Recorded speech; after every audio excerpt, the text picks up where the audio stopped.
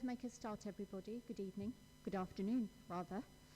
I would like to begin by welcoming those members of the public and press who have joined us today at this meeting of Cabinet. We have several important issues to consider at today's Cabinet meeting, but before we begin the formal meeting, I have some housekeeping information that I need to share. First, please be aware that this meeting is being live streamed and that a recording of the meeting will be available to view on the Council's website. Second, the Council does allow filming and photography at its public meetings, so please feel free to take pictures and post to social media during the meeting. Third, can I ask everyone to turn their mobile phones to silent or vibrate whilst this meeting is taking place, please. Fourth, members are reminded to ensure that they can be clearly heard through the microphone system when speaking, and remember to turn off their microphones at the conclusion of their contributions. Fifth, Councillor John Howard, if I can see he's here today. Has he arrived? Not yet. Probably doing the school run and then he'll arrive, which is fine. Is representing the Conservative group leader in line with the Constitution. I am allowing him to speak to represent the group today. Councillor Howard has indicated that he will speak on item 13 of the agenda and may speak on items 6 and 7 also. Sixth, Councillor Roger Antunes is also in attendance representing his ward to speak on item 6. Finally, in terms of housekeeping notices, there is no fire alarm test scheduled for today, so if the alarm sounds, please leave by the nearest marked fire exit and proceed directly to the fire assembly point in Charles Swift Square, opposite the multi-storey car park in that direction. We are now going to move into the formal agenda for the meeting. Item 1 is apologies for absence. Pippa, do we have any apologies for absence? Apologies for absence have been received from Councillor Bisbee. Thank you very much. Item 2 are declarations of interest. Does any member wish to declare any disclosable pecuniary interest or non-statutory disclosable interest, please? None? Thank you. Item number 3, minutes. Item 3 is approval of the minutes of the extraordinary meeting on the 12th of January and the meeting on the 20th of January. We are also being asked to approve these minutes as an accurate record. If any member does not agree, would you like to raise your hand now? No? We move on with agenda item number 4, which are petitions and public questions. Now, item 4 is petitions and public questions, and we have received 5 questions from the public, all in relation to agenda item number 13 on the agenda, which is titled as interest in the New England Complex, Lincoln Road. Now, what I thought would be sensible is, because agenda item number 13 is right at the end, for convenience for those public members that have come here and will be sitting here, we will ask those questions alongside that agenda item so that there's a bit of continuity and so that there's a flow of discussion. I think that if we were to answer your questions and then go into debate right at the end after discussing multiple agenda items, it will break up the flow of continuity of discussion. And for that, what I need to do is raise a motion to reorder the agenda to take public questions at the relevant item in line with item 13. So I'm going to propose that motion. Is there anybody that would wish to second it? Councillor Mohammed Farouk. Happy to second it, Leader. Thank you very much. I'm just looking at... So we're going to be voting on this motion now. So those of you who wish to raise their hands so that we maintain that element of asking public questions in line with agenda item number 13, would you like to raise your hands? Okay, well that looks like it's unanimous. Now, moving on. So we're coming to agenda item number 5, which is the Budgetary Control Report for December 2025. This item can be found on pages 15 to 36 of the agenda. Councillor Mohammed Jamil, Cabinet Member for Finance and Corporate Governance. Please can you introduce the report? Thank you, Leader. Sorry, Councillor Hogg. Sorry, Leader.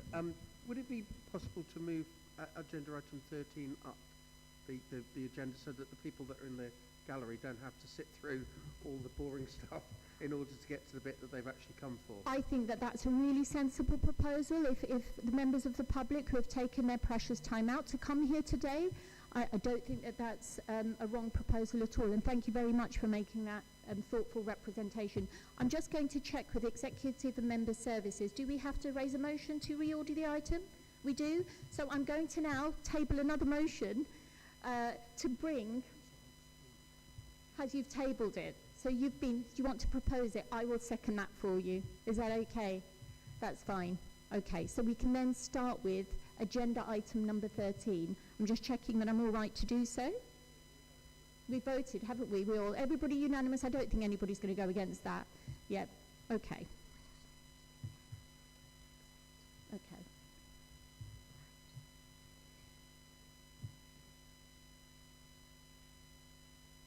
Okay. So, in accordance with the motion that Councillor Christian Hogg has proposed to bring the agenda item number 13 forward, which is known as disposal of the Council's freehold interest in the New England Complex, Lincoln Road, just to make members of the public and Cabinet aware that this report has an exempt appendix. Now, if Cabinet wish to discuss the exempt information, please refer to the closed session guidance note that we have.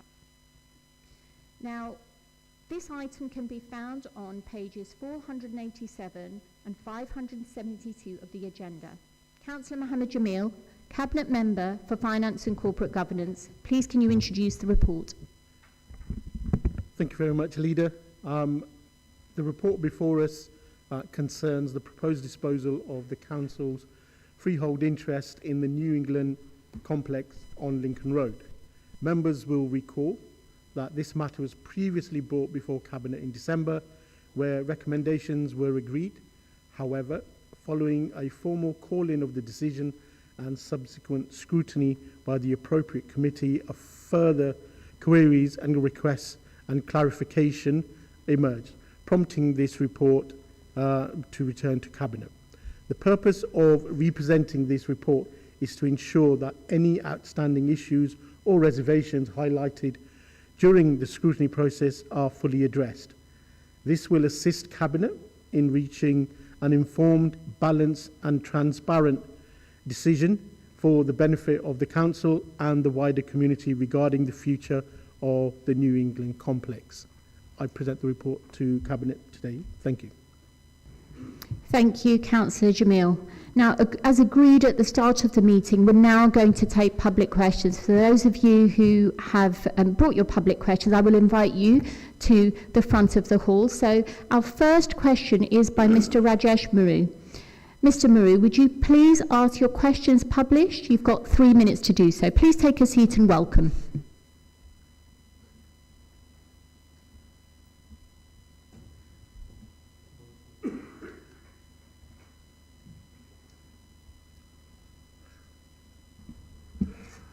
Good afternoon, Chair and Cabinet. My first question is, can the Cabinet explain why a consultation phase with Bharat Hindu Samaj, the affected community that would form part of the Equality Impact Assessment, was not initiated before moving from a negotiated position to a competitive bid, and B, as part of the bid process? Thank you, Rajesh. Councillor Mohammed Jamil, would you like to answer Rajesh's question, please? Yeah, thank you very much, Leader. Thank you, Raj, for the question. A formal consultation is not a mandatory requirement of the Equality Impact Assessment process. In preparing the assessment, the Council drew on information from relevant services, including community officers with knowledge of activities delivered from the New England Complex, together with information submitted through the bidding process. The Council was also mindful of the need to maintain fairness and impartiality during a competitive bidding process. Cabinet will consider the equality impact assessment alongside the other relevant information when determining the proposed mitigations are appropriate and as part of the decision-making process. Thank you, Councillor Mohammed Jamil. Rajesh, I can give you 1 minute to ask a supplementary question if you so wish to do so. Yeah, if you can just bear with me, I'll try to do it within a minute. Okay. Leading equality assessment experts that have reviewed Bharat Hindu Samaj's case have unequivocally concluded that an equality impact assessment that is desk-based relies solely on historic information or excludes proactive consultation with the affected community to capture live community experiences and opinions, opposite to what the council did extensively by developing statements for hate crimes recently for other faith-based communities, is both flawed and legally vulnerable. So based on these facts, based that the equality impact assessment is a critical building block within the bid framework, would the Cabinet agree, A, that the Council has in fact, in its equality impact assessment duties, failed based on Bharat Hindu Samaj's profile? Sorry, I will have to ask you to conclude, please. And B, by now moving to a potentially ill-informed decision, siding I'll with have bidder to ask you B, to complete. I'll have leaves to the ask you to council conclude. open to faith-based discrimination Mr. claims and litigation Mr. at Murray. taxpayers' expense. Mr. Murray, with Thank respect. you. Thank you very much. Thank you. Thank you. So, Councillor Mohammed Jamil, thank you for your question. Thank you. I am satisfied that our officers acted within the rules and within the spirit of the law and the law itself when deciding how the process was going to proceed with this. So I am satisfied that we acted within the rules. Thank you. Thank you. Thank you. Thank you very much, Mr. Murray. We now have question number 2, which is Mr. Vishal Vichare. Thank you. Please take a seat and welcome. You have 3 minutes to ask your question, Mr. Vichare. No worries. Sorry. This is the button? Good. Thank you. Sorry. Thank you, Chair. Thank you, the Cabinet. My question is, how, if at all, did the Council apply its community asset transfer strategy to the planned disposal of this property? Thank you for your question. Councillor Mohammed Jamil. Thank you. The New England Complex was considered as part of the Council's locality review programme established in 2023 under a previous administration. This review was not limited to just Unit 6, as the majority of the site is used for community purposes. The community asset transfer strategy was considered as part of the wider review process. Cabinet is being asked to consider whether a competitive disposal best aligns with the Council strategic, financial and service objectives for the site. Mr. Vichare, do you have another supplementary question? You've got 1 minute. Yes, I have. Thank you. My question is, why has the Council relied solely on financial value when it would have been entitled to balance social value against financial value? Thank you. Councillor Mohammed Jamil.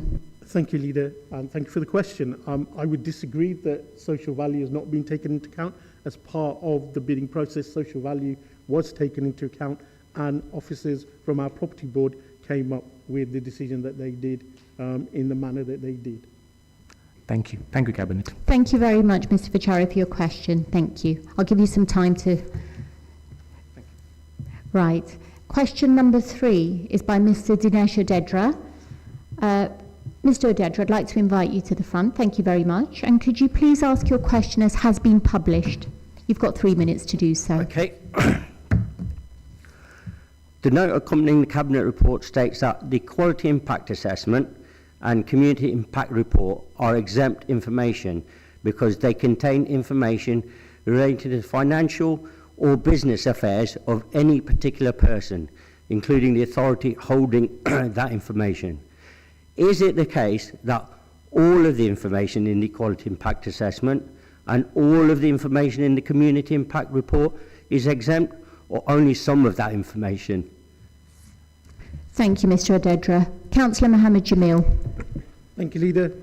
The exempt annex contains information relating to bidders that cannot be shared publicly, including commercially sensitive information relating to both the bidders and the council. The equality impact assessment interacts within this information and is therefore included within the exempt annex. A summary of the equality impact assessment has been included within the published Cabinet report, which I'm sure you have seen. The full assessment has been provided to Cabinet as part of the exempt papers to ensure that members have access to all the relevant information when considering this decision. Thank you, Mr Adedra. Do you have a follow-up question? 1 minute. Thank you, Councillor. Just to be clear, I'm not asking about any legal advice or commercial figures.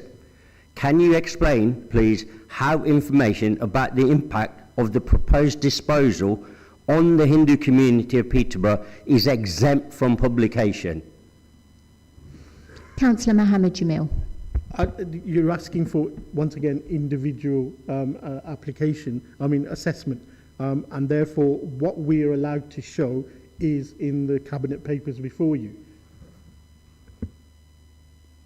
Thank you. Thank you, Mr Adedra. Thank you. Our next question is by Mr Dharmesh Patel. Thank you. Would you like to take a seat at the front? Mr Patel, you have 3 minutes to ask your question. Thank you very much. Thank you. Excuse me, Chair. Dharmesh has a speech impediment. In case he gets stuck halfway through, is it all right if I represent him? Of course it is. Thank you. Hi, Cabinet.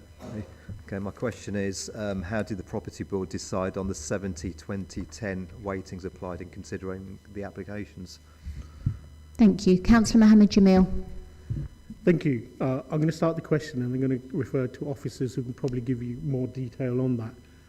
In relation to the question you asked, there is no single market standard for evaluating weightings.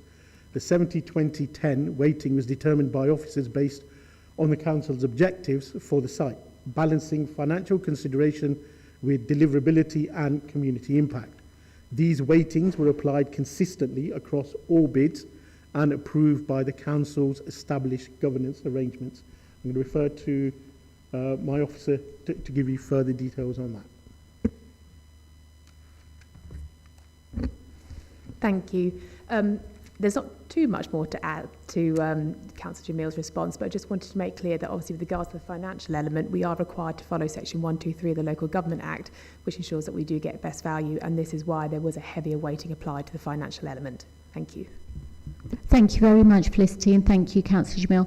Mr Patel, do you have a follow-up question? Yes, and bearing in mind the Council's not a business, it's more of a social entity. Did the Cabinet feed into these weightings or consider whether alternative weightings should be applied? Councillor Mohammed Jamil. The Council will consider today the decision with this weighting, and if it feels appropriate, it may come up with a different decision. But as we have, our Property Board has decided on this, we will come back to a decision at the end of this meeting. Thank you. Thank you, Mr Patel. Thank you very much.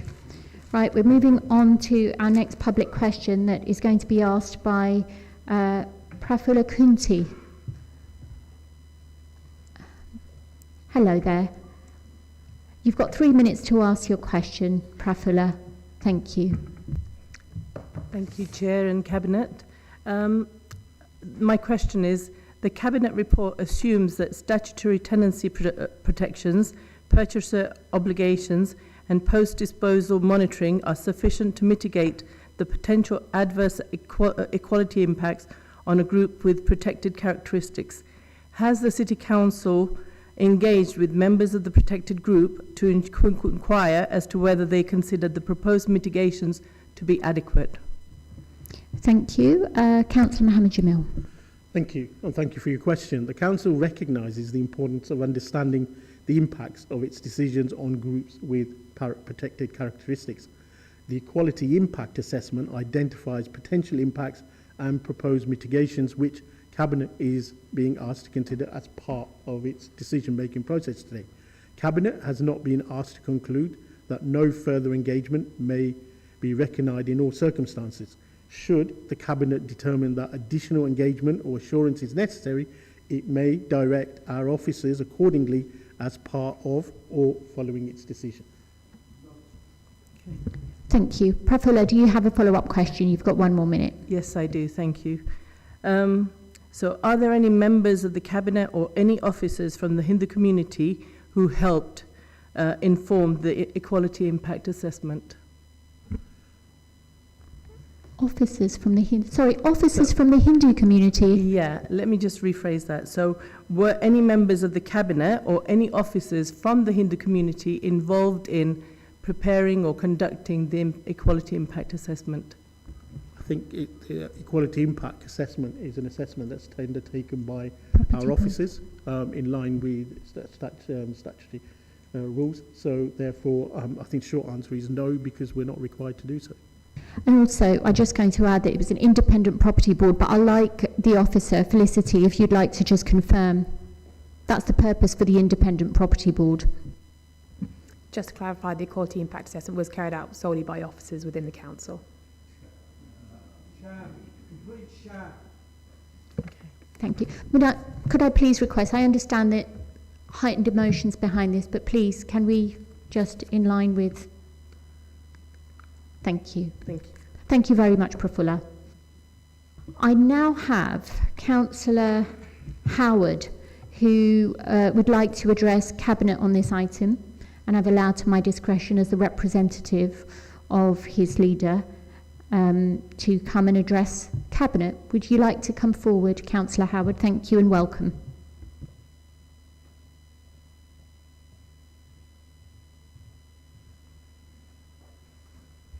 Thank you, Leader. Thank you for letting me speak. I think if I go back a few years and to what we said in the scrutiny, I know when I had my sort of 5 minutes of Cabinet, the overriding principle we always had is we wouldn't leave an organisation homeless during an asset review and asset transfer, with the caveat that if an organisation wasn't interested in a move or uncooperative with a move, then of course that would be a different story. But the census was always that we'd try and help them first as the first point of the asset review. And I think all I ask for today, I think there's the process of legality, which we're going through, but I think, you know, we've got a layer of politicians in this, and the reason we have politicians is to sometimes add the challenge that the legal process doesn't necessarily give in a black and white world. So all I ask on that basis is to just be assured that we will do everything we can, if the decision is to move the temple, to make sure that's done before the new buyer comes into place. Because I think for this council and for all the people involved and the communities involved, it would be really unforgivable to ask one body to remove another body when it's a long-standing tenant. And I think, never mind the legal obligation, we have a moral obligation, I feel, to make sure that move happens first. And that's all I'd ask as a Cabinet for you to support. I'm sort of heartened by the recommendation in the paper that it does say to ensure a transition. Now, I just hope that isn't a transition with the new buyer. I'd really like that to be a transition to an alternative accommodation. So all I'm here to say is I'd appeal to the sentiment we started this asset review with a few years ago, where we said where avoidable we'll make sure no one's homeless, and to just ask for the Cabinet support in trying to make sure that happens. Thank you. And thank you so much, Councillor. And I actually think it is actually, you know, applaudable what you've said. You've come here with reason. You've made some really reasonable points. I think, Councillor Mohammed Jamil, you wanted to say something. I do, and John, I said this at the original Cabinet meeting, and I said it at the call-in as well. Our officers are here for all the community in Peterborough. If, for whichever way this goes, our officers are there and they're willing to assist. And I gave that undertaking twice before, and I'll give it again today. So our officers will be there to assist. Thank you. Thank you, Councillor Howard. It's really appreciated that you've come here today. Thank you. So, we're now going to move to questions and debate. I'd like either or. So I'm looking around the room, and I hope that we can indulge in useful and open debate and discussion on this. So who would like to ask a question or make a statement here? Councillor Hogg. Thank you. I really wanted to kind of move on from the point that Councillor Howard has just made, and it's a point that has been made within Cabinet too. I think it is absolutely imperative that we stand up for that moral obligation that, you know, where a tenant is being let go of or what have you, that we don't, for want of a better expression, do a Pontius Pilate and kind of wash our hands. It's absolutely imperative that we, you know, as he rightly says, as councillors, we are here to represent our communities. We're here to support the communities. Officers are, you know, here to kind of go by the rules, etc., etc. And we're here to kind of soften that in some shape or form where we can. And I think, you know, this administration is, you know, compared to maybe administrations of the past, we are doing something slightly differently in the fact that we are honouring those obligations. You know, that there's been a number of, and I won't go through the whole list, but there's been a number of situations. The hydrotherapy pool, for instance, we've just announced that we're now we've got a home for the hydrotherapy pool, the St George's hydrotherapy pool. That has taken a number of years to come to fruition, and that's because you know, dare I say it, that previous administrations maybe didn't kind of follow up on the promises that they made, but you know, it wasn't a promise that we made, but it was a promise that we made when, you know, we stood at the, you know, the fact that we were going to look after our communities, and you know, the Warrington councillors made a very good argument for us to do so. So the bottom line is this: is regardless of, you know, what happens with this particular moment going forward, I will say that, you know, I will add my voice to that, you know, publicly, that as far as I'm concerned, that anybody that is disaffected by this, you know, as you know, find themselves homeless or what have you, we absolutely need to make sure that they are cared for, and that, you know, it's not about giving away stuff for free. What it's about is finding a solution that works within the rules, but also for the community. And we have to make sure that is front and centre of what we do. I'm sure that, you know, cabinet members will get behind that as a thing. So, you know, absolutely the right thing to do. Thank you, Councillor Hogg. That goes without saying unequivocally that we've done so and we will continue to do so. Anybody else like to make a contribution or say anything or ask a question? No? Councillor Zamir Ali.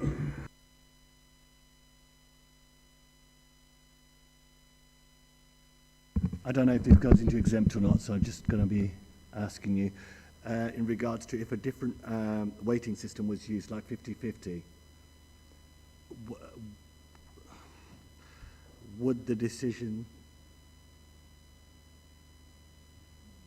Sorry. Okay. So what you're trying to ask is that if a different weighting was applied, so 50% monetary value and 50% social value, yes. Is that what you're saying? Would the outcome have been different? Exactly. I think it's a valid question to ask without going into exempt session. I think that that's important for the essence of transparency. Felicity, would you like to respond? Thank you. Of course, thank you. Thank you for the question. We have undertaken some sensitivity analysis in relation to the weighting to see if it did materially kind of impact what a recommendation may have been. And after conducting that, it didn't change the potential outcome. So even if we did go to 50-50, the calculation, the weighting that we have conducted would have produced the same outcome. Okay. So we're categorically saying that if we had weighting of 50% social value and 50% monetary value, it wouldn't have changed the outcome? That's correct. Thank you. Councillor Mohammed Farouk. Thank you, Leader. This takes me to a bit of my personal position. 4 or 5 years ago, I was invited to Bharat Hindu Samaj Place, and when I arrived there, somebody asked me, "Can you give us a talk on democracy?" And I thought, how can I talk about this? And then I quickly concocted something in my head, and I thought, and this is how I started. I said, you know, we are individuals, then we form into groups then forms into communities, neighborhoods, then into parishes, then into councils, and then into a higher democracy system. And council represents all the community groups. Council will always try to help all the community groups. We are in a very difficult place on the finance side. I am torn between the community sides. I've had a number of meetings with Bharat Hindu Samaj members. We've also had a number of meetings with the property team, with those members. And if whichever way the decision goes today, I think we should work together and make sure that there are no community groups left homeless and carry on with that. Thank you, Councillor Farouk. And I think that that's the beauty of having a cross-party coalition, that we're representative of a wider demographic in the city and geography, which I think is really useful. Councillor Katie Cole. Thank you, Leader, and through you. I just wanted to say that I support Councillor Howard's point in terms of ensuring that all faith groups and groups are supported across this city, and that depending on the outcome of the decision we make today, that whichever group is successful, whichever group isn't successful, I will be following and asking questions as to what support is being given to find a new home, a permanent home, and also to celebrate the cultural diversity and strengths that they bring to this city, because our cultural diversity and our ethnic diversity is something I'm really proud of in Peterborough. Thank you. Thank you, Councillor Cole. Is there anybody else who would like to raise a question or debate or any comments at all? Anything that you'd like to add? We've all seen the papers. Anything? Okay. All right. Looking around once again. Okay. Now,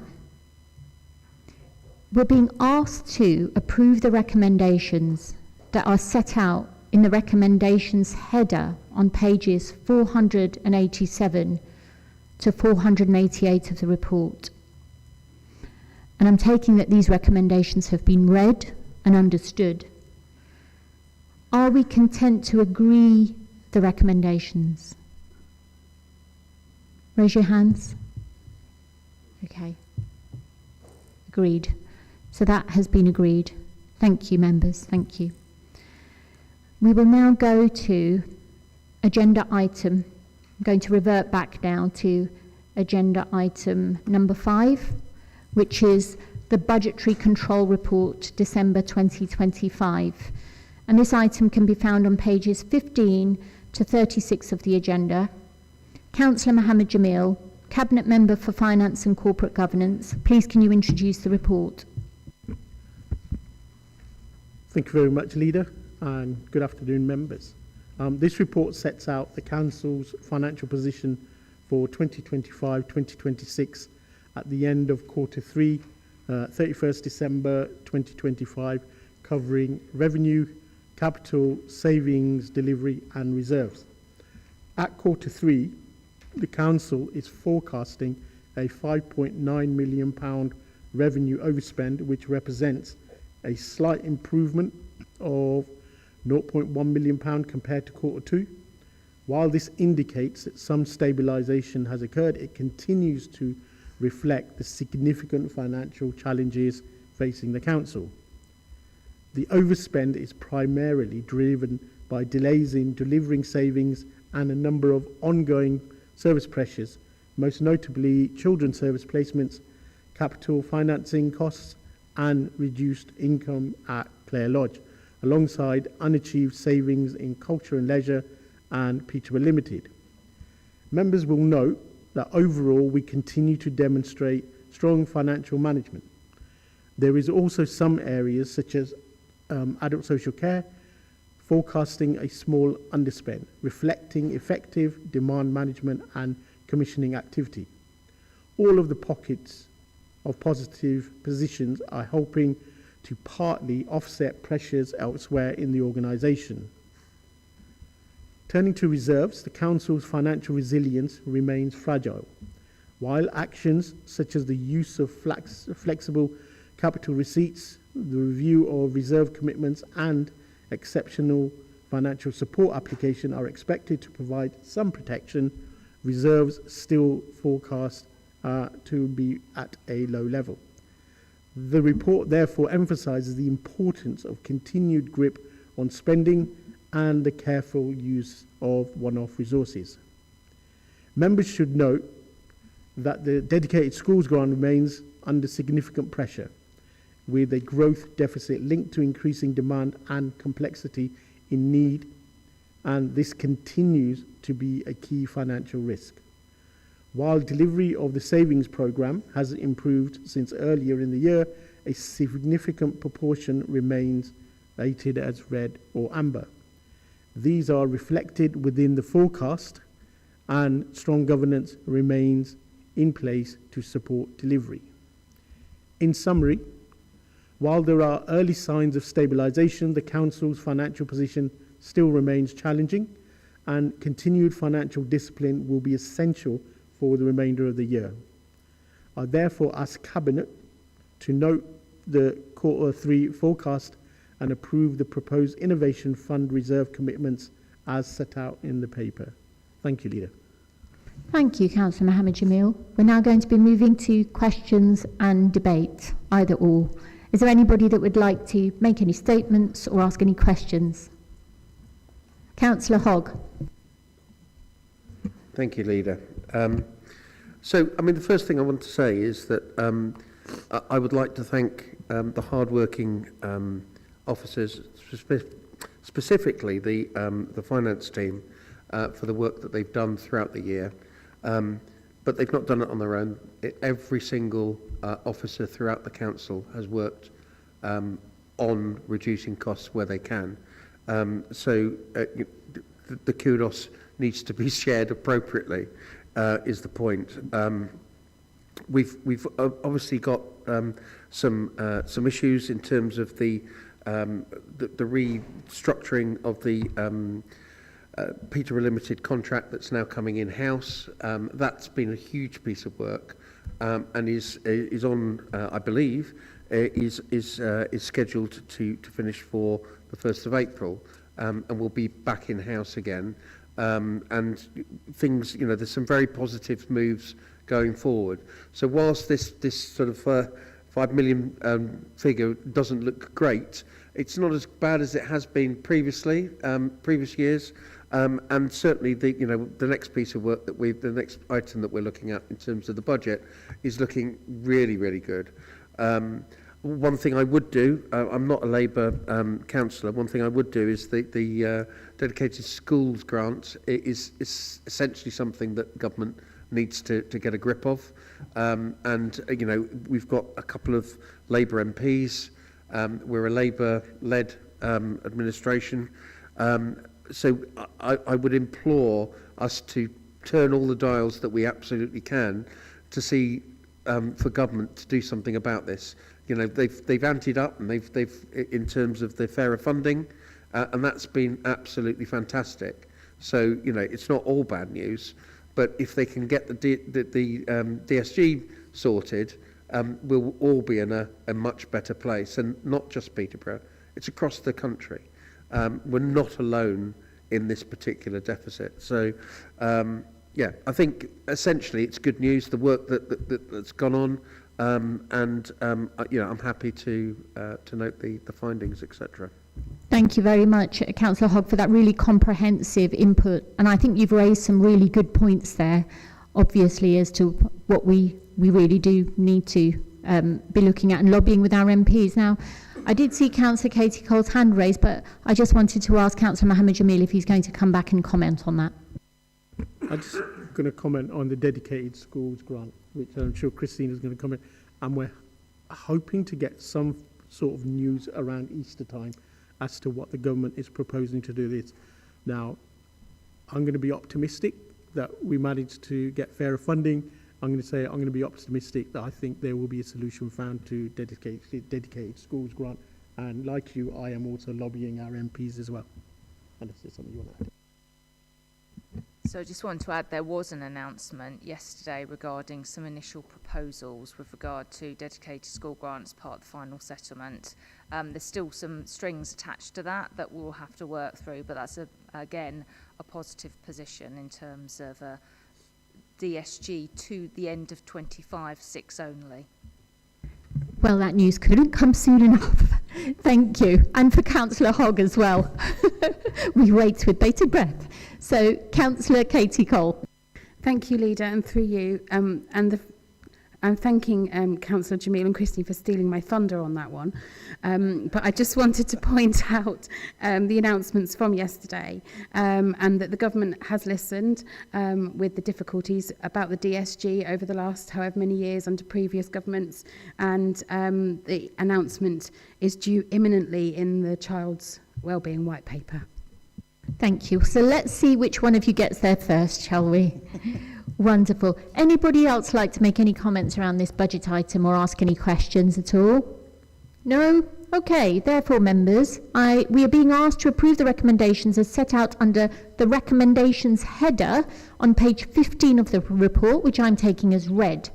Are we content to agree those recommendations? You need to be a bit louder so that the public can hear you as well. Agreed.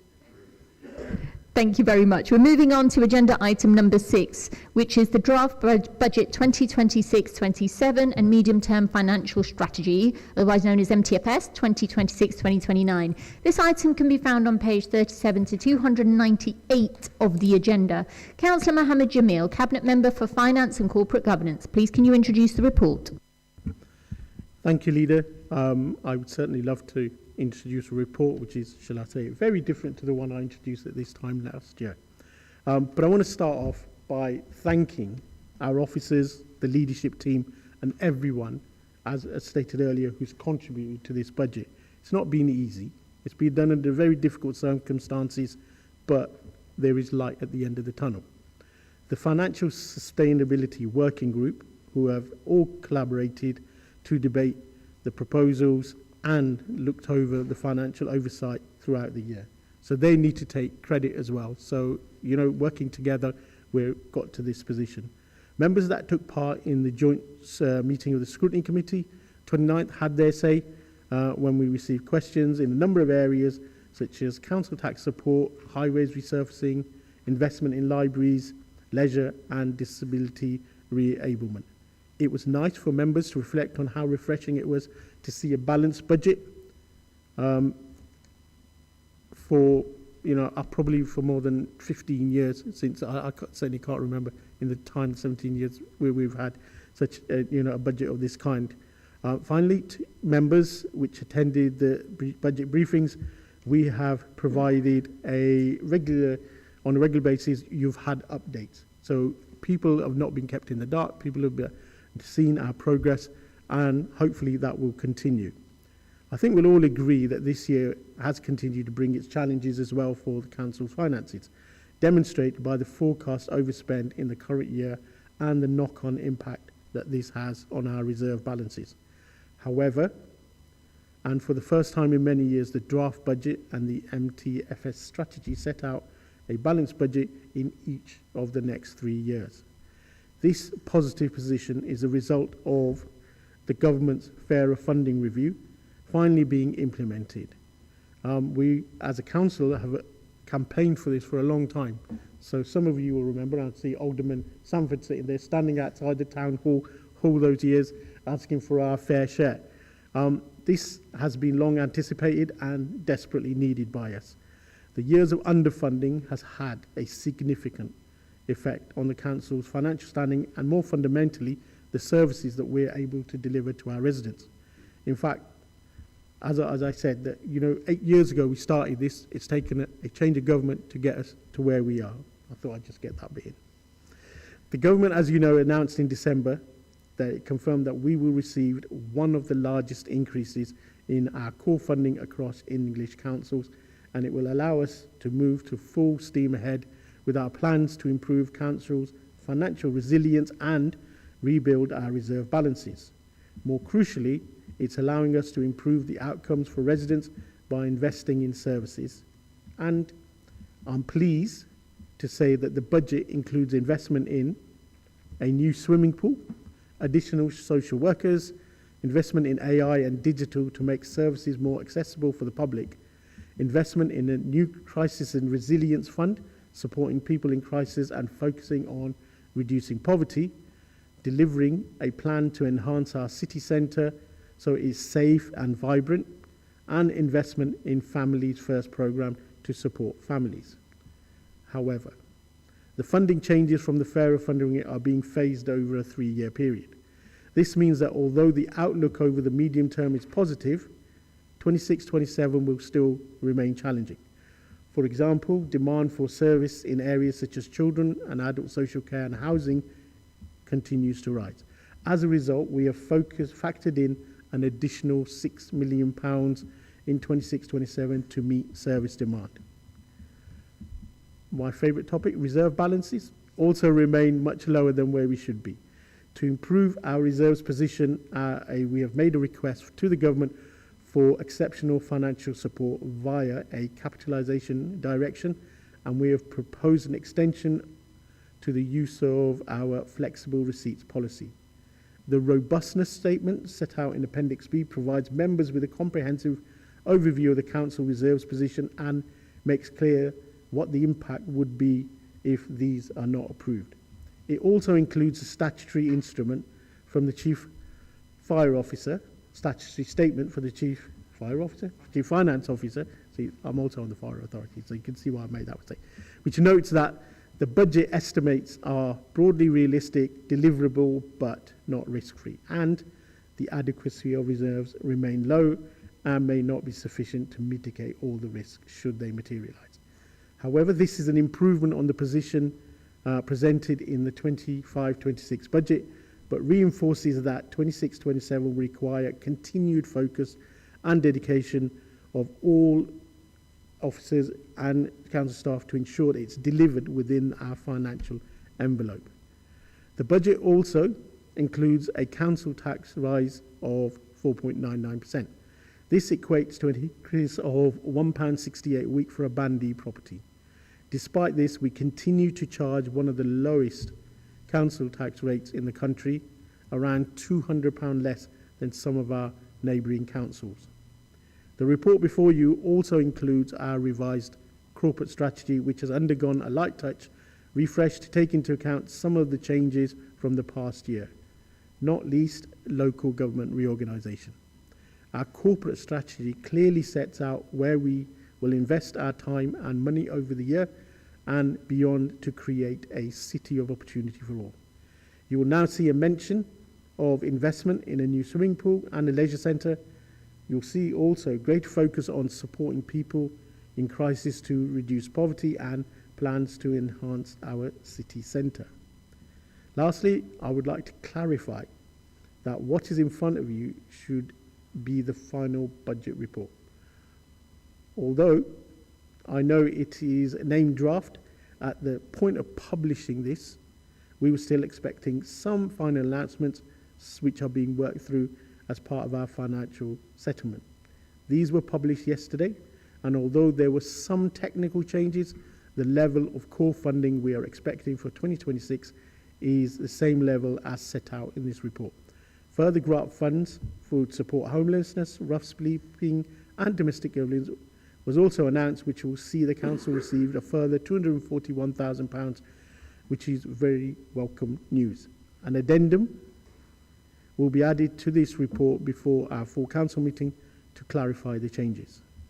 This only leaves me to ask members to review the recommendations set out within the report and to agree the recommendations so we can move further to our full council meeting on February 25th. Thank you. Thank you, Councillor Jamil, for that really comprehensive introduction, which obviously lays out the substance of this report in a very realistic and pragmatic way, and obviously gives an element of the risk that still lies before us, which is very important to assert. Now, in accordance with the agenda, I would like to invite Councillor Roger Antunes as Ward Councillor for Hampton Vale to address the Cabinet on this item, because constitutionally this agenda item affects his ward. Thank you.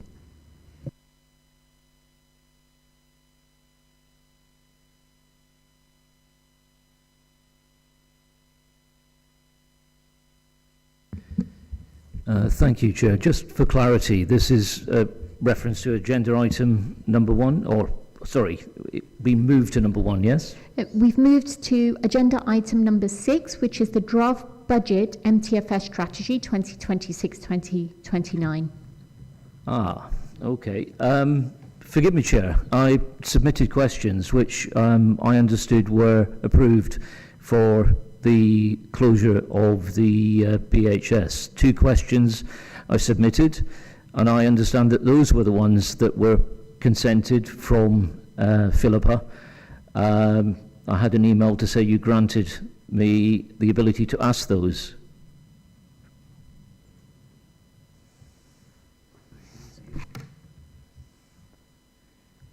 Councillor Antunes, it has been brought to my attention from the Constitution point of view that the monitoring officer has spoken to you prior to the meeting, the Cabinet meeting that has taken place, to clarify. So you are here to ask questions on the agenda item number 6, or to make a statement.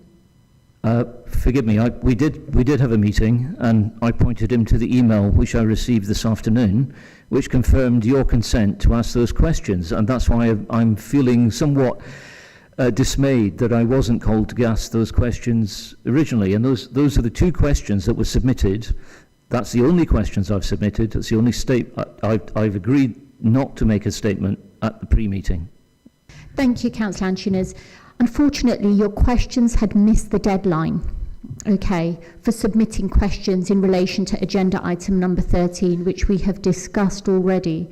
So, and constitutionally as well, you are not the ward member for the New England complex. So, on account of those 2 elements, I'm sorry, but you weren't permitted to speak in line with our constitution, I'm afraid. Thank you, Chair. I will make I will read out the sentence here, which I received this afternoon. The leader has agreed to use her discretion to allow you to speak on the New England item this afternoon. But this has been asked for in advance notice of your speech question. My questions were part of that email string. They were sent days before, and I sent them again to confirm. Councillor Antunes, it was not brought to my attention that you had missed the deadline, and my understanding is that you had accepted what the monitoring officer had said to you prior to the Cabinet meeting, and therefore, because we are on agenda item number 6, unfortunately it is inappropriate to raise questions around a previous agenda item under this agenda item. Forgive me. Okay, thank you, Chair. My pre-meeting, I understood that that was being looked into, and he was going to have a word with the legal officer was going to have a word with Philippa and confirm prior. That's what I understood. If that's not the case, then I apologise. But that was my understanding of our pre-meet, and I was shocked not to be called. Yeah. I will ask the monitoring officer to now clarify. Thank you. Okay, thank you. Thank you, Councillor Antunes. So I'm going to be mindful of what I will say in a public meeting, but I would request that you and I speak about the issue that you have spoken about for the last few minutes, because what you have just shared in public does not translate to the conversation we had earlier. We are on agenda item number 6. If there are specific points you would like to raise in your capacity as the ward councillor, I would please ask that you do that. Thank you. Thank you. I will do. My question will be very simple and focused on apologies, on the budget in relation to Hampton. My understanding is that Hampton, looking through the council tax and business rates contribution, is by far the biggest contributor to the City Council.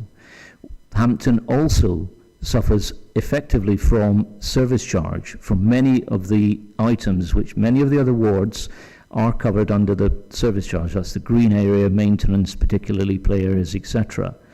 Also, bus services are limited in the new development, as are effectively road cleaning, etc., with unadopted roads making up a significant proportion. MP Sam Carling raised this issue publicly as well. From my perspective, it appears that Hampton contributes significantly, both in business rates, to conclude, in business rates and council tax, but do not appear to receive a proportionate respend or allocation. Can the Cabinet please address that? Thank you. Thank you for your question, Councillor Antunes. I'm going to look to Cabinet Member for Finance, Councillor Mohammed Jamil. Yeah, I'm going to bring in the Section 151 officer on this one.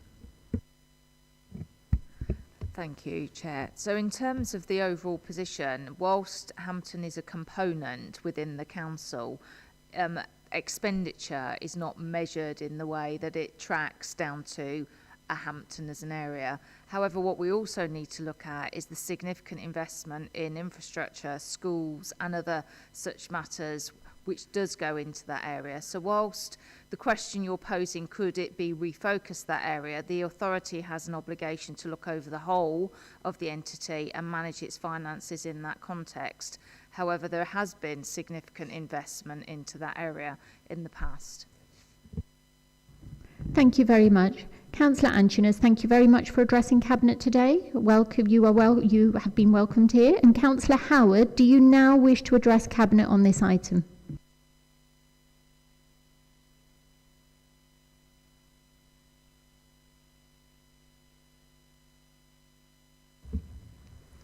Thank you, Leader. It's only a short one for me on this, you'll be relieved to know. So I think great to see a balanced budget again. It's not easy, a lot goes on behind the scenes, and I think the robustness statement is a kind of sobering reminder of the work that will have to go on through the year.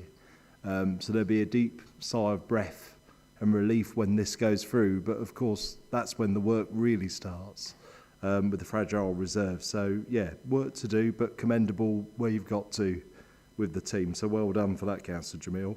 And hopefully your heart rate will be a bit lower than last year, because last year was slightly hit and miss, but hopefully we won't have that experience again this year.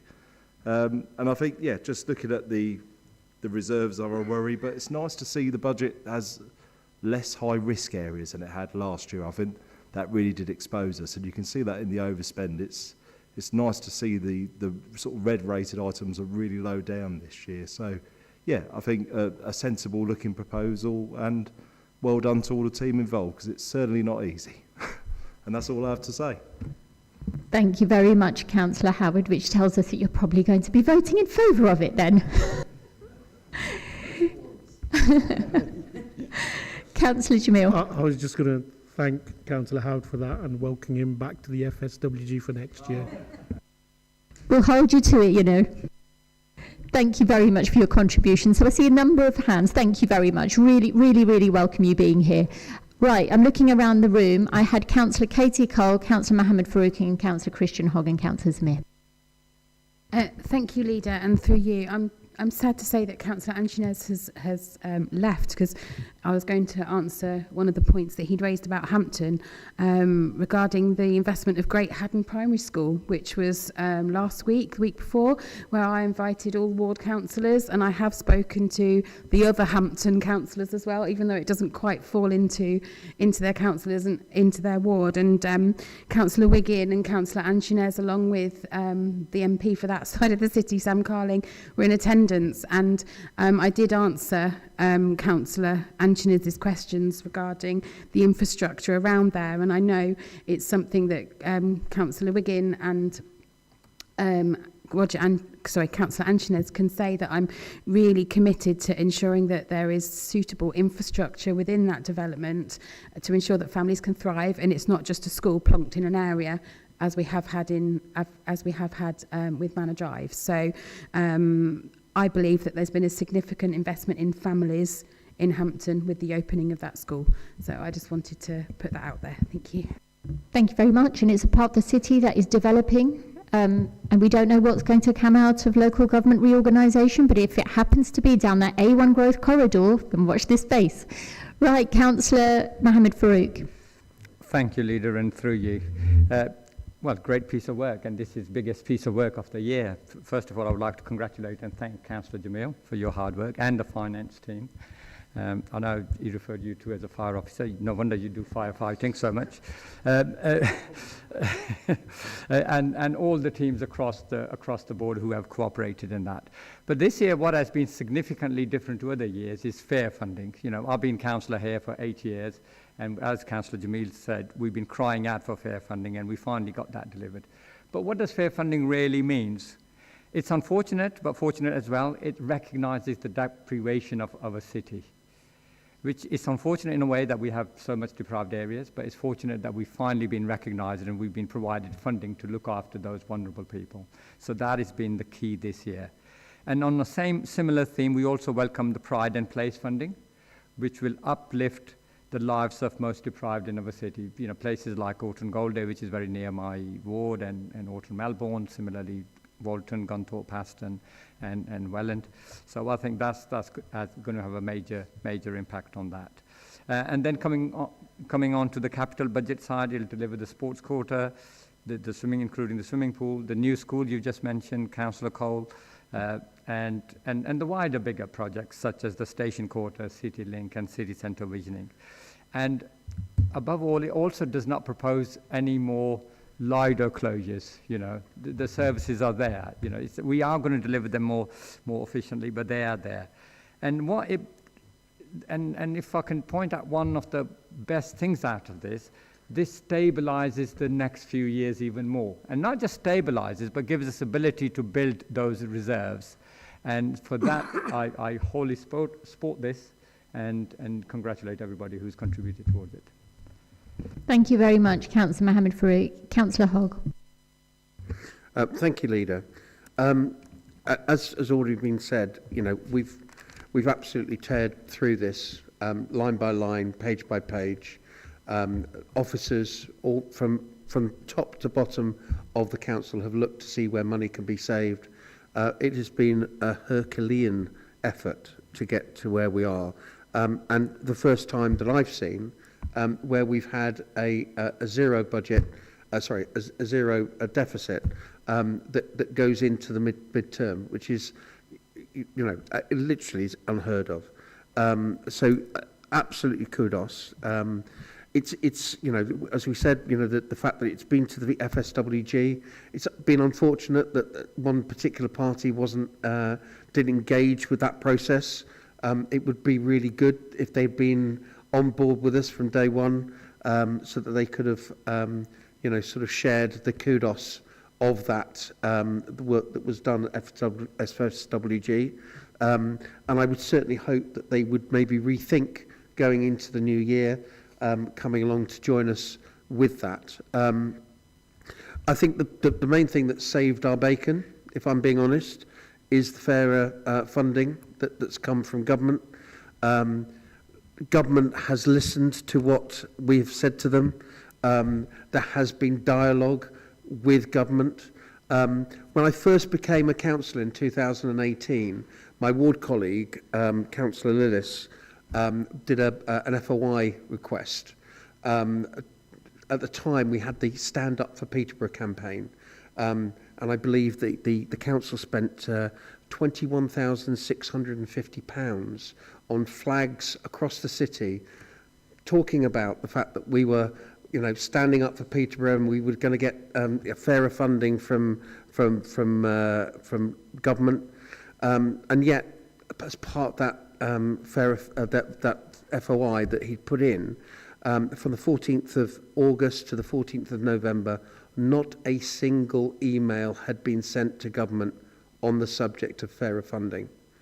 That is the difference between this administration and previous administrations, is that we roll up our sleeves, we talk to the people that need to be talked to, we get listened to by the people that have got the ability to make change, and we get them to change the fair funding formula.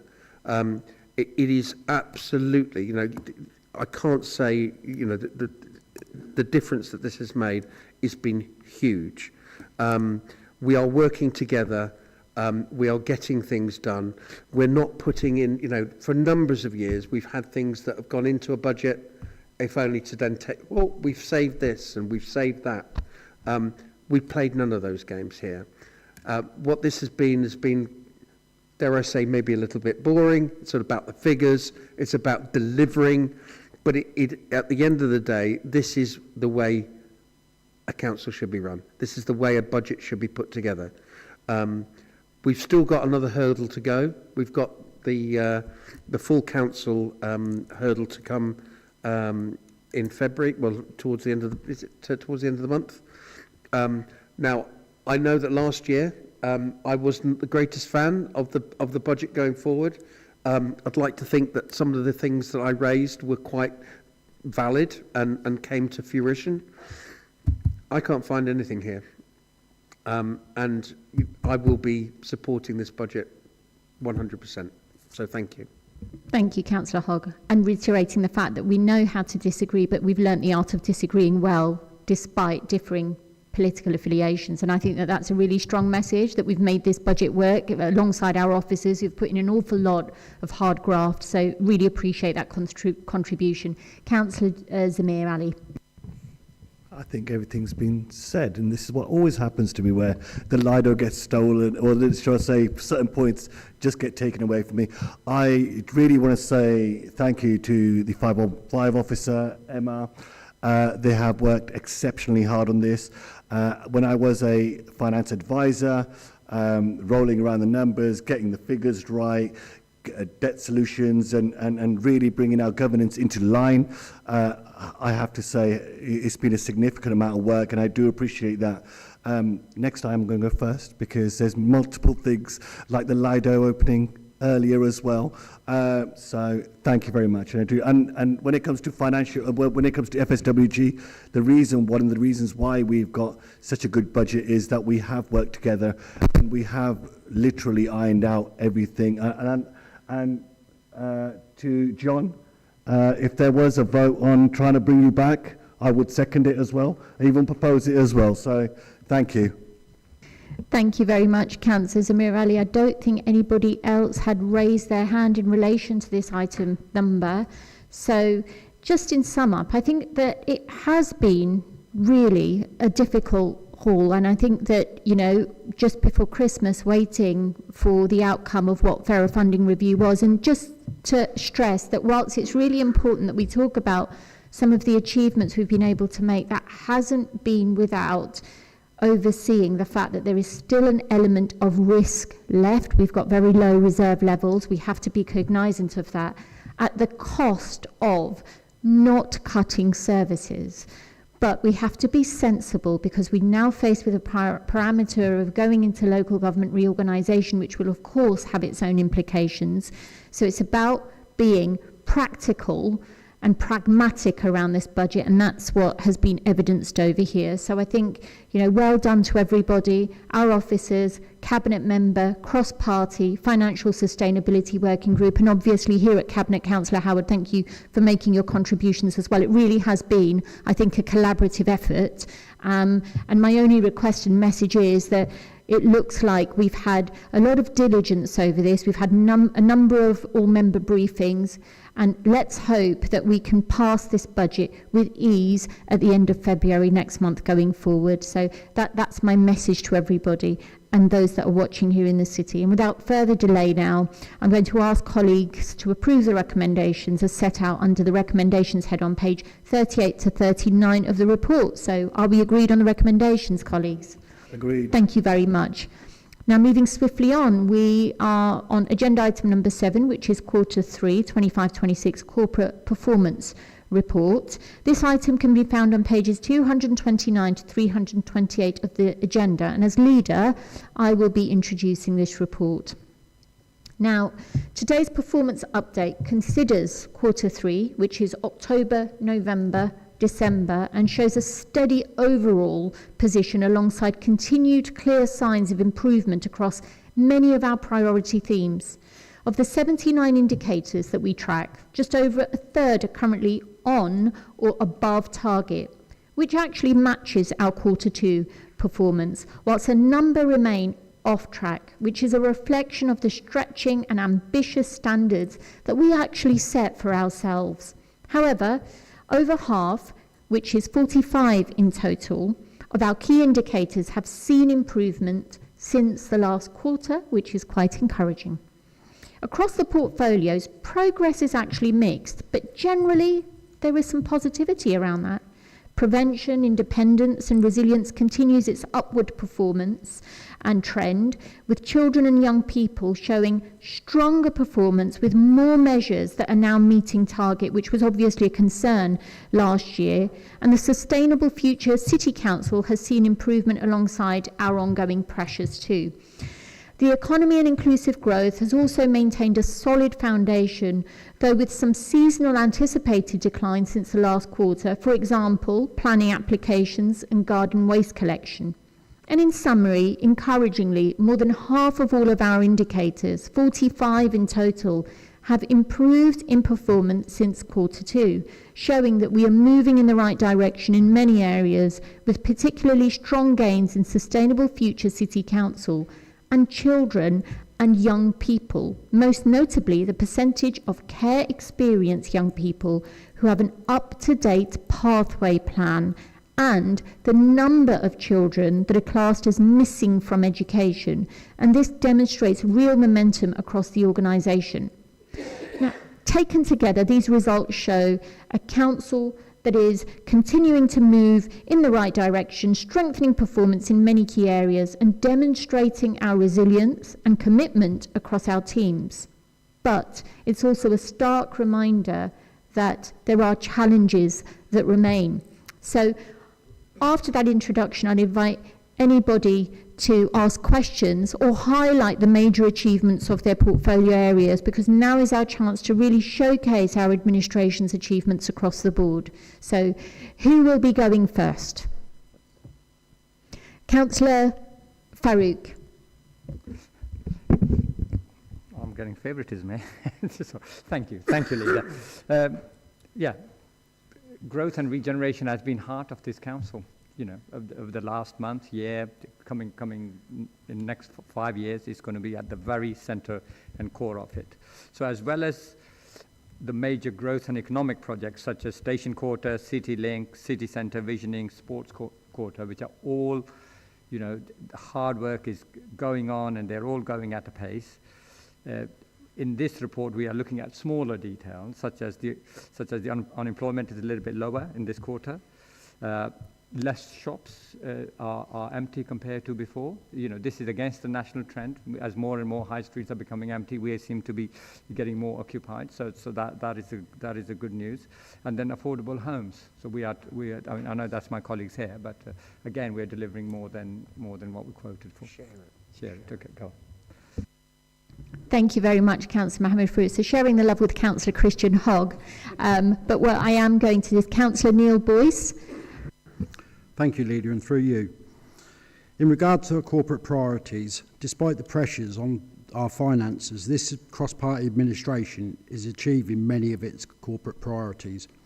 If you'll indulge, Leader, I'd like to once again congratulate the amazing dedication of our senior leadership and care team within adult social care, which in such a short time after decoupling from Cambridgeshire, our work has been recognised by the CQC and recently achieved a rating of good, with further work in progress to further improve our offer and services to many of the most vulnerable members of our city. Thank you, Leader. Thank you so much, Councillor. You really do highlight a pertinent point, because I'm the litmus test. I still do a session of GP and I know that it's working. The system is working.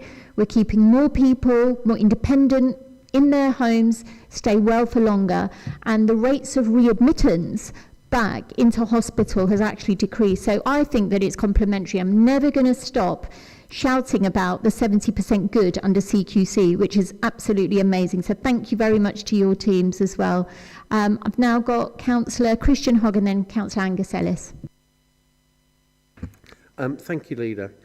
So I'm going to draw out a particular officer here, Matt Oliver, our housing team. He doesn't like having the spotlight shone on him, but I can't resist the urge to do so. The housing team have come together like no other under his management. We've managed to bring down temporary housing in B&Bs. We've hit the target. We're kind of dithering around that, but I mean, for me, that's a good target. If the target is easily achievable, then it's too soft. He put a really hard target in there, and we've hit it, and we're kind of bobbing around. I think it's 20 is the figure.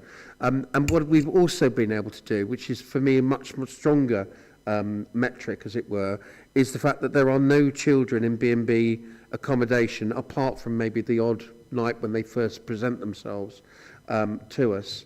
The cross partnership working that is being achieved across the city, specifically the Safer Off Our Streets organisation, is it's really fantastic to see the plethora of organisations that come under that envelope working together to deal with the homelessness situation in our city. The other thing that we've also been able to do is we've introduced additional licensing that went live this month, and that essentially will increase the housing standards for some of the most vulnerable people in our city. People that are living in HMOs, small HMOs that come up, that were before under the radar of the larger HMOs. We've closed that gap. And it means that, ultimately, because they've got better places to live, because the standard goes up, it means less referral to the NHS, it means better outcomes, and it makes, Peterborough's a lovely place to live, and let's make sure that the whole of the society finds it that way. So those are a couple of examples of where we've made some real good gains. We're now bringing in trading standards from a joint venture with Cambridgeshire County, and that is essentially that's something that hopefully we can get on board. We can make some savings there, get retransform the service. And hopefully, over the next couple of months, I'll be able to report back with some good news on that. Thank you. Thank you very much, Councillor Hogg. Now, I have been aptly reminded, and we always raise our hands, about the fact that I think Councillor Howard had expressed that he may want to talk on items 6 and 7, but seeing that we couldn't couldn't come away from glorifying ourselves, we've forgotten the opposition. Did you want to come and say something? Or you're more than welcome to. Do forgive me, members. I take complete responsibility of this. This is my fault. Joe, I'm disappointed, Leader, because I put on this special tie that has all the political colours in this room, especially for today. I didn't want to give you an excuse, basically, to go and attack me later on. Yeah, so I haven't got much to add to this, but I will echo Councillor Hogg's words about Safer Off the Streets. I attended it as a Cabinet member. I've attended it ever since, because I truly do believe it's one of the most important facets of this city. If you can prevent homelessness, if you can help people who are homelessness back into accommodation, it would make all the difference to the most vulnerable part of our society in the city. So I fully endorse Safer Off the Streets, and long may it continue, and long may we continue to support it however we can. But talking about the report in the round, I think just for the public's benefit, there is 500 pages, or nearly 500 pages, of Cabinet papers, which I think any member of the public who can read that, all credit to them. But if they read nothing else, they should definitely read these pages, and credit to the comms team, and credit to the fact that this report has lived through a few administrations now, because it really does give the council's work in a nutshell. And the report is more colourful than my tie, so I think it's really easy to read for the public, and I'd also encourage all councillors to read it. We see it in the Sustainable City Council. I think that's what it's called, the scrutiny, but I'd encourage all councillors to read it because it's a brilliant report and it's well done. So thank you.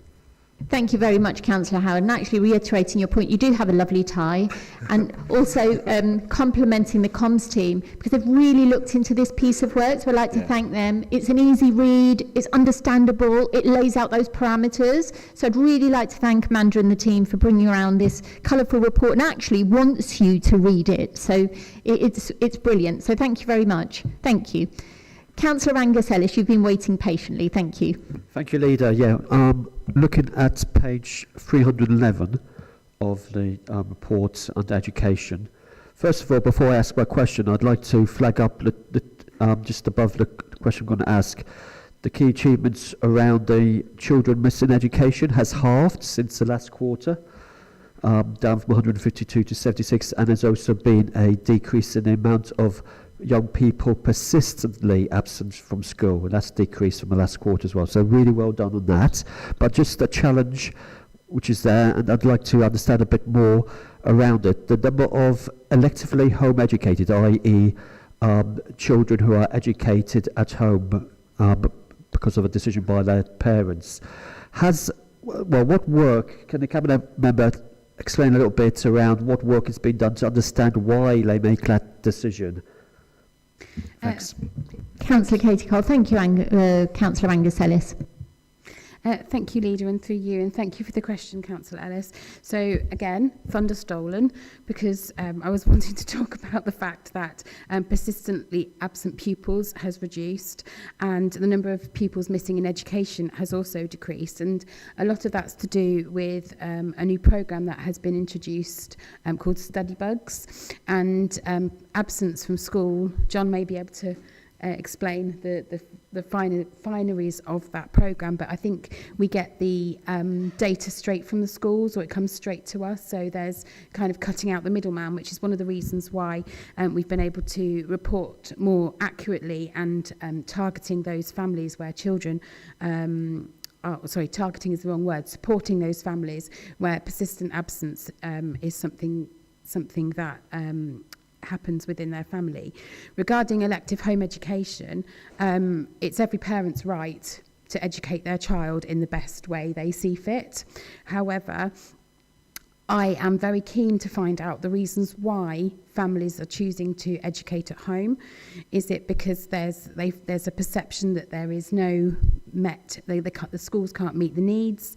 As you can see, it has risen. It's something that I have raised with the Director for Education and John Gregg, the Director for Children's Services, and working with comms in the near future, there's going to be some sort of survey that's put out. I've asked for that, asking families to say why they are choosing to educate at home, what the reasons are for. I know it's something that is raised quite regularly with the chairs of the academies across the city when attendance is brought up with those head teachers. Families that choose to electively home educate also need support. So if that's a choice that they are choosing to make for whatever reason, I feel that we need to be signposting to the best support services so that every child can thrive in this city. So it's not about saying that families are doing it wrong, it's about ensuring that every child has access to an interesting, lively and fulfilling education that allows them to prosper in life. Thank you very much. No other input? So I'm going to move swiftly now to the recommendations. So we're being asked to approve the recommendations as set out under the recommendations head on page 299 of the report, which means we've reached halfway into the Cabinet agenda. Are we content to agree the recommendation of this report? Thank you. Thank you very much. Right, we're moving on to agenda item number 8, which is extension of the Mental Health Section 75 agreement. And this item can be found on pages 329 to 338 of the agenda. Councillor Neil Boyce, Cabinet Member for Adult Social Care. Please can you introduce the report? Thank you. Thank you, Leader, and through you. Peterborough City Council currently delegates provision of adult social care services for those with mental health needs to Cambridgeshire and Peterborough Foundation Trust via a Section 75 agreement.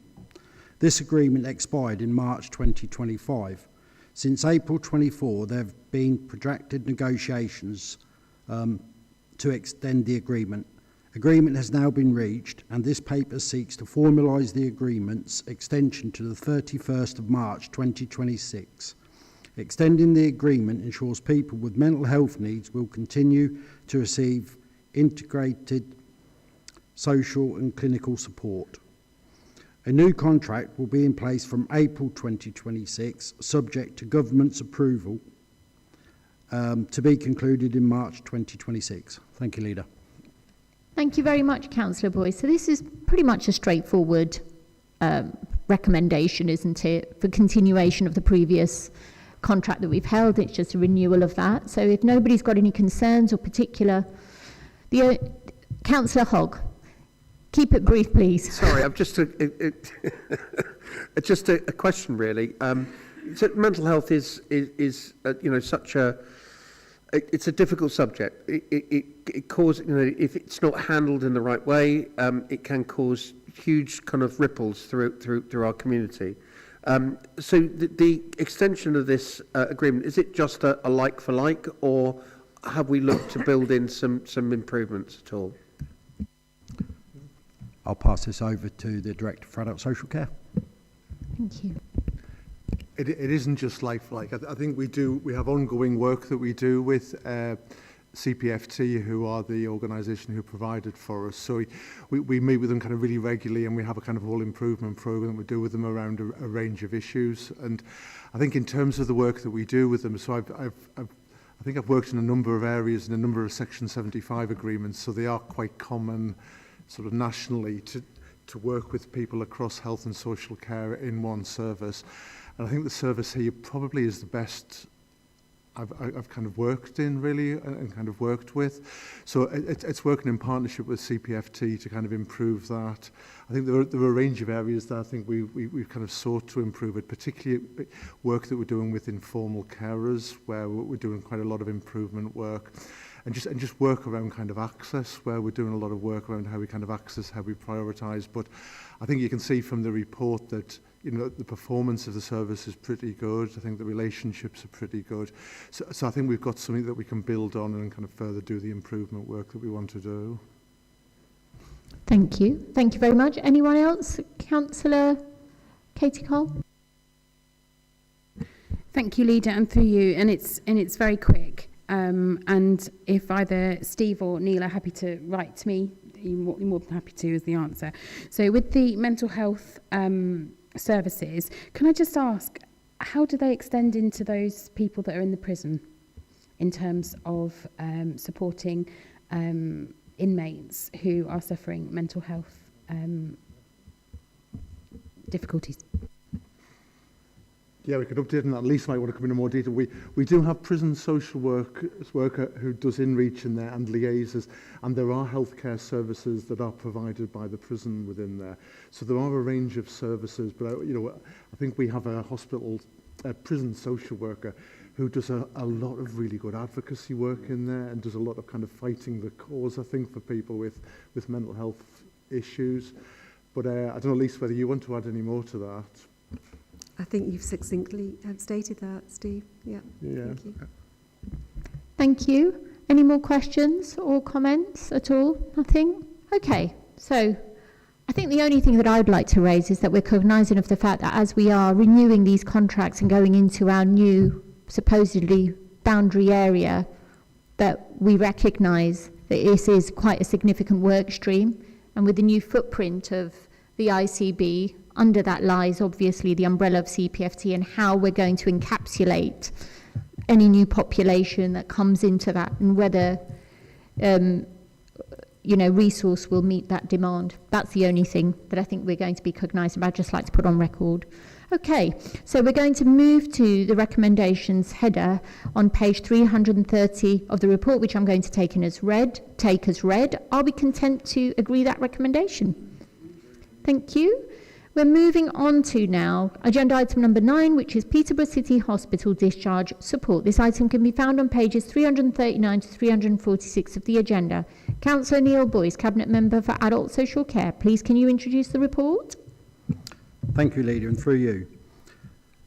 The paper seeks approval from Cabinet to award the contract for delivery of Peterborough City Council's discharge support service to the British Red Cross Society, commencing on the 1st of May 2026 for an initial period of 3 years with the option to extend for up to a further 2 years.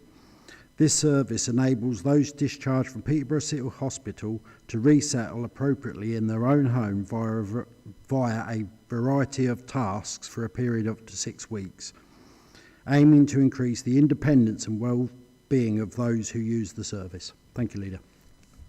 Thank you very much. Is there anybody who would like to ask a question or make a comment here? It's pretty straightforward again, isn't it? So, would you like to say anything? No? Okay. We will move to the recommendations. So we're being asked to approve the recommendations as set out under the recommendations header on page 340 of the report, and I will take them as read. Are we content to agree the recommendations? Thank you. We're moving on to agenda item number 10, which is, the officers have been waiting very patiently, I can see in the background, the biodiversity report approval for publication. We love our biodiversity here in this cabinet, we really do, and learn a few terminologies on the way. This item can be found on pages 347 to 386 of the agenda. Councillor Angus Ellis, Cabinet Member for Environment and Transport, please can you introduce the report? Thank you, Leader. I am pleased to present the final Section 40 report for 2025, fully complying with our Section 40A reporting requirements. This report was previously presented in draft form to the Economy, Inclusive Growth and Environment Scrutiny Committee in November 2025, before being allowed to go to public consultation by a CMDN notice. It has now been updated in accordance with the public consultation and fully populated. On the 31st of March 2026, we are required to publish to Central Government the Section 40 Biodiversity Report that details how Peterborough City Council has aided the biodiversity objective between the 1st of January 2025 to the 31st of December. This report will demonstrate how we established which areas of Peterborough City Council could impact biodiversity, what policies to further the biodiversity objective should be applied, and what actions will be implemented over the next year to achieve those policies. It will also include commentary on the previous year's actions and information relating to the implementation of biodiversity net gain in the Peterborough area. It is expected that this document will replace the 2018 biodiversity strategy, as both documents serve a very similar function. Many policies and actions from the 2018 strategy have been revised and included within the Section 40 Biodiversity Report, as the Section 40 report also includes policies related to areas of the City Council which were not previously considered in the 2018 strategy. It is expected that the Section 40 report represents an expansion and rationalisation of the older strategy. I therefore ask that Cabinet endorses this report so that it can go to Council and then proceeds further from there. Thank you very much, Councillor Ellis. Right, any comments or questions to be made? So I see 3 hands. This is an exciting agenda item, I tell you. They've all got their Theophilium's humiforms in place. I'm not going to give the common name for that because Adrian is sat next to me, but he just showed me on his laptop, you see. Councillor Zamir Ali. I just want to say thank you. This is not as detailed as your normal one is, but it's good. But normally it'd be a lot longer, so thank you very much. A very good report. I just want to put it out there first. That's all I want to do. Thank you. Thank you very much. Councillor Katie Cole. Thank you, Leader, and through you. There's been a narrative shared recently on social media that we're going to be cutting down 40 trees as a result of the Station Quarter redevelopment. Is this true? Councillor Cateco, thank you for your question. Although it's not part of the biodiversity report, it is obviously a concern for residents. But we do look at things like that caringly. And I can report that every tree that is going to be cut down, within this consultation which has been done, we are looking at replacing trees, so 1.5 times, in fact.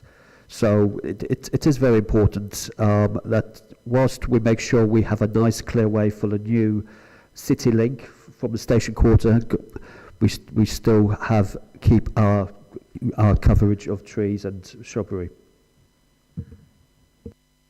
Thank you very much. Councillor Christian Hogg. Thank you, Leader. So I suppose I should make a lobbying announcement here. I've been lobbied by Alderman Nick Sanford, who is in fact in the room today, regarding page 370 in the Cabinet Papers, to do with the loss of hedges and shrubs planned and managed by the Council will be resisted unless it is being appropriately justified. And then it gives examples of the justifications. It then goes on to say, after hedges and shrubs have been removed, the site will then be reviewed and any future replacement vegetation will be reviewed with an aim to native and local providence where possible. Now, I hate to nitpick here, but it's a little bit weak in its wording. Where we have trees, we have the situation where they are replaced on a 1.5 multiple. Where we take trees out, we put in 1.5 trees. So what he's asking for, and I have to say I absolutely agree with him, that bushes are as important as trees when it comes to our biodiversity. So could we look to strengthen this particular wording to say that we will replace in terms of numbers? It would be nice if it was 1.5 like trees, but certainly on a like-for-like basis in terms of the numbers. I know that there could be a situation where we're chopping out a bush because it's not the right type of bush in the right location, but we need to be saying that we will be replacing it with another bush rather than a kind of more woolly version of where possible and with the aim to. Can we have something a bit more certain, shall we say? Is that possible? Councillor Angus Ellis, did you want to respond before? Yeah, I want to come in first. I think, it is important that there is a lot of areas, I know there's a lot of work being done looking at the types of bushes and the types of shrubbery that are in the States. I know that where I live around Breton, there's a lot of areas around the housing. And so it's important that we maintain numbers of bushes, shrubs, and open grass areas as well, which are important because that sometimes that gets forgotten about as well. But I think there is a lot of work being done, and Dan can perhaps elaborate on some of the work he's been doing on a review of the bushes and the shrubbery around Peterborough, because I know he's been doing a lot. Yes, thank you very much. In terms of the issue with losing some of the existing shrub beds across the city, the way the policy has been written is it allows us the flexibility to replace with an alternative that has an equivalent biodiversity or greater biodiversity value than the existing that was present. A lot of the stuff we've got in the city is non-native, ornamental, that predominantly doesn't have a significant biodiversity value. And sometimes by being constrained by that, we don't actually get the best outcome in terms of the usability of some of our areas and some of the challenges we face with litter and debris and things like that. We're actually sometimes thinking slightly broader and going for an alternative landscaping type gives us a better long-term solution with those benefits to biodiversity. And that's why we've worded it in the way we have. I think to go down the very rigid route of saying we will replace every shrub for 2 shrubs, I think that is actually detrimental. I think the way we've wrote it gives us the scope to do what is right for biodiversity in the city and equally amenity of the area as well. And I think those are the 2 challenges. We've got to balance the 2. Thank you very much. Did you want to come back on that?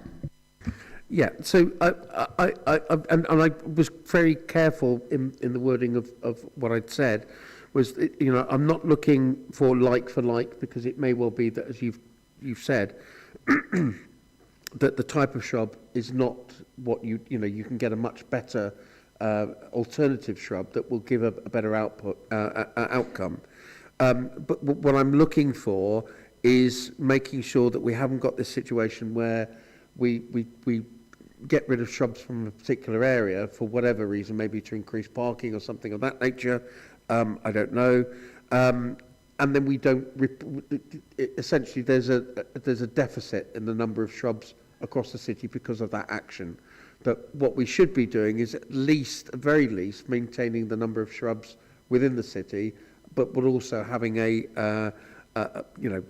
looking to actually grow, dare I say it, grow the number of shrubs across the city.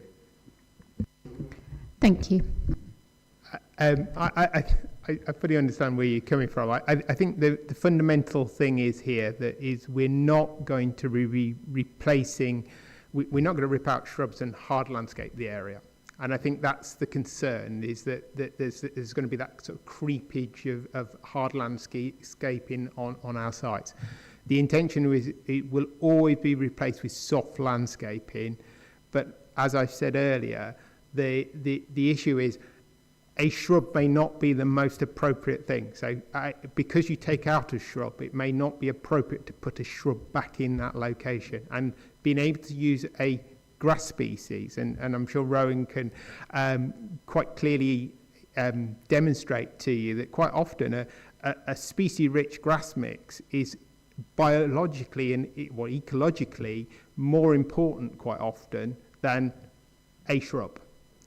There's a perception because it's slightly larger, it has greater value, and I think that's a misconception. And I think that's why we've allowed it to work the way we have.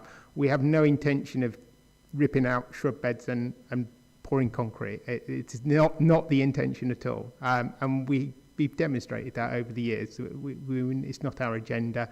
That the quantity of our soft landscape estate has not significantly decreased. All my time here, 20 plus years of the authority. So. Thank you. Thank you very much. So I think we had Councillor Angus Ellis, you wanted to come back on that? Yeah, I just want to come back and really just to congratulate the officers, both Darren and especially Rowan, you've done a lot of work with this, briefed me a lot about it, and we've learned a lot about what biodiversity is about.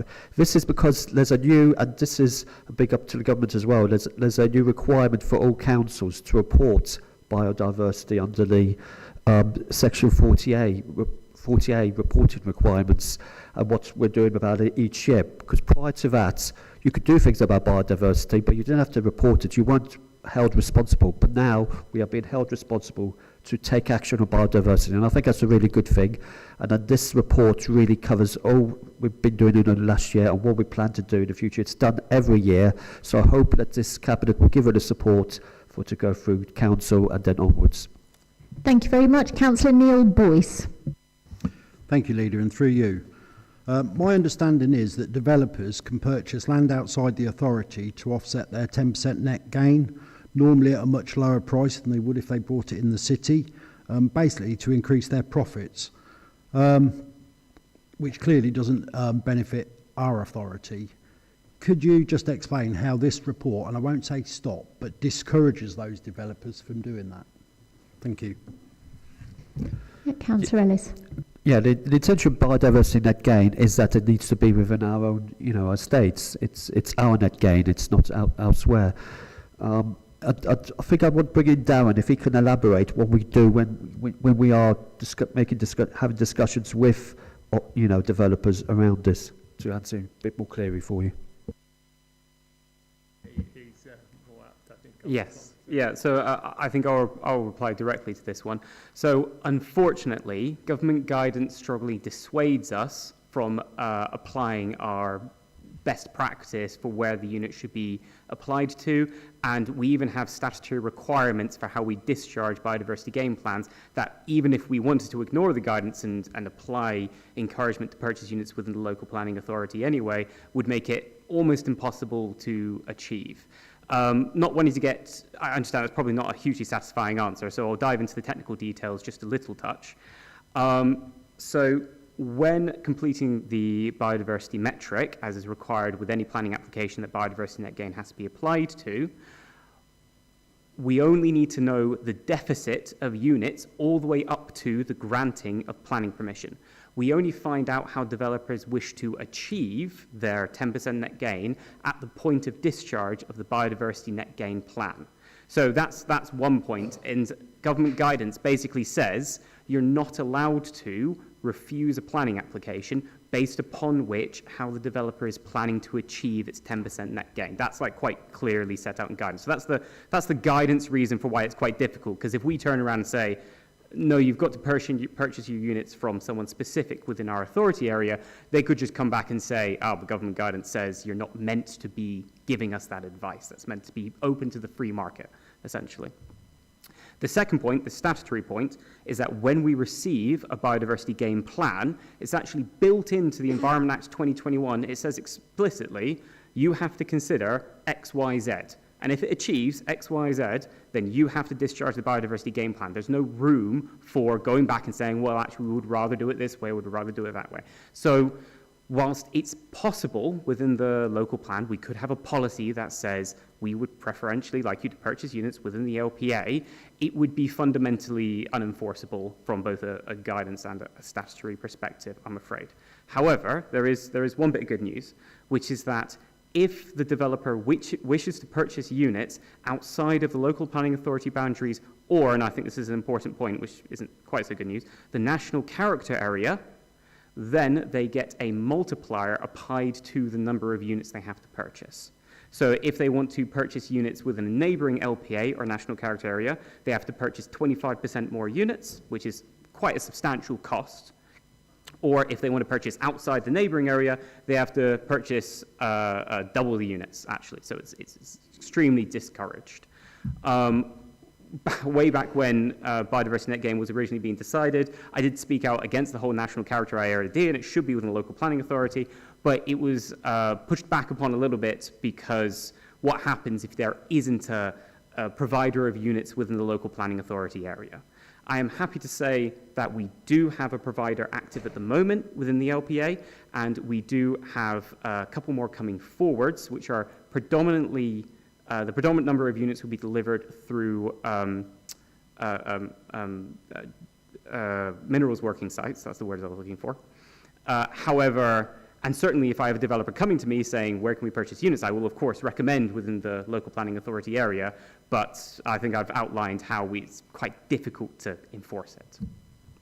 Thank you very much. So I see nobody else has raised their hand or want to make a comment, and this obviously relates to page number 347 of the report. Therefore, members, whether you have learnt about your Camandras umbelatums or your Thusium humifusums, or abbreviated as BT, which I'm not going to go into detail, I'd like us all to agree on the recommendations of 347 under agenda item number 10. Are we content to agree the recommendations? Thank you, and thank you very much, officers. Right, we move swiftly on. Agenda item number 11 is the school admissions policy for 27-28 for transitions and in year 2026. This item can be found on pages 387 to 454 of the agenda. Councillor Katie Cole, Cabinet Member for Children's Services, please can you introduce the report? Thank you, Leader, and through you. Each year, the admissions team consults on and determines admission arrangements in line with the School Admissions Code 2021. The 2027-2028 documents were consulted on between 12th of December 25 and the 31st of January 26, with parents and carers, all Peterborough schools and neighbouring local authorities. Admissions policies set out the criteria and processes used to allocate school places. An annual oversubscription criterion ensures that where applications exceed available places, allocations are made fairly and transparently. There is one recommendation which the Cabinet is asked to approve, the 2027-2028 admissions policy, and support its publication on the Peterborough City Council website. Thank you. Again, this is one of those that is just a regular agenda item that we tend to revisit every year. I don't think there's anything contentious in this, if anybody wants to raise a question. Otherwise, we can move to the recommendations. So, the recommendations we are asked to approve is on page 387 of the report. So, members, are we content to agree the recommendations? Wonderful. Moving on to our last agenda item for this evening is regularisation of historic lease agreement. Now, this report has an exempt annex, which we've all had access to. So if Cabinet wish to discuss the exempt information, please refer to the closed section guidance note that we have. So it's a regularisation of historic lease agreements. This item can be found on page 455 to 488 of the agenda item pack. And Councillor Mohammed Jamil, Cabinet Member for Finance and Corporate Governance. Please can you introduce the report? Thank you very much, Leader. The report before us seeks to regularise a number of previous property decisions relating to lease agreements. The intention is to ensure that all actions previously taken are fully compliant with both the Council governance framework and its constitution. By addressing and formalising these matters, we seek to reinforce transparency, uphold best practice, and maintain robust oversight of property transaction undertaken by the Council. Thank you. Thank you very much. Does anybody wish to ask any questions? Councillor Mohammed Farouk. Thank you, Leader, and thank you, Councillor Jamil, for your report. Just a very quick one. Can you give assurances to all the businesses who are holding the leases that this particular paper does not impact their leases and it's business as usual as far as they're concerned? We can do that, so they won't be affected, but what we are doing is standardising the way we work. So every lease you'll be able to see an audit trail, how it's done. So we're making them compliant as well, so I can give that assurance. Thank you. Councillor Hogg. Yes, thank you, Leader. I just wanted to clarify the situation with this. Essentially, this is a kind of more of an admin side of things. It's just about putting a nice, neat bow on something that has already happened. That we've looked at the details of these deals. There's nothing untoward that's happened. It's all above board. It's value for money, etc., etc. And that if they've been coming to us in a different way, i.e., where the lease had yet to be signed, all of these are quite fine to go through. But I just wanted to make the point that essentially that this is almost like a decision that was made, but maybe not quite in the right way, and we're just tying it off to make sure that we're doing, because we've got LGR coming up, we need to make sure that everything is exactly how it should be when we hand over to the new authority. So I just wanted to make that point and just clarify that, and just if you could just give me a nod and give me a thumbs up, that's all I'm looking for. Yes. Thank you very much. Anyone else? Councillor Howard, were you all? Did we have a request? Didn't. Yeah. It's to my discretion, isn't it? Oh, go on then. Go on then.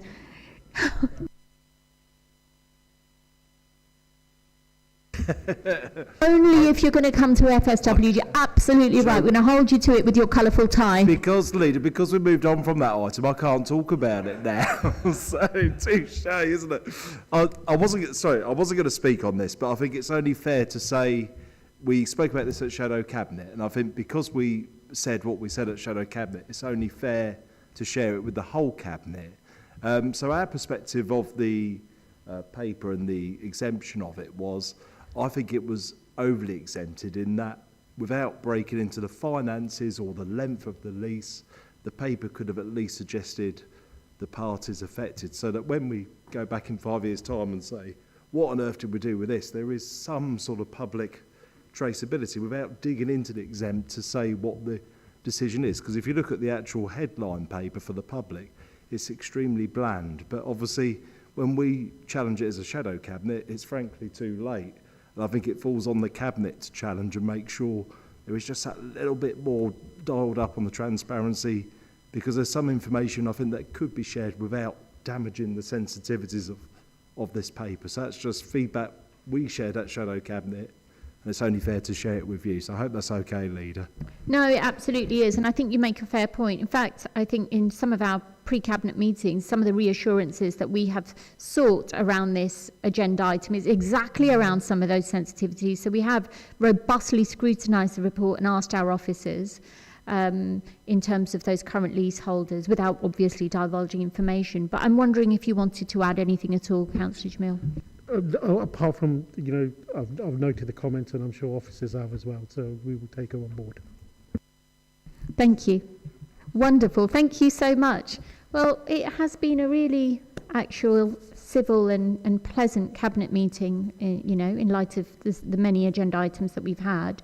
So on that note, I would like to ask colleagues if we're being asked to approve the recommendations set out in the recommendations header on page 455 of the report. Are we content to agree? Right, and I will bet you're all wishing now to go home, so therefore I will now close the meeting. Thank you very much, and I hope you have a safe journey.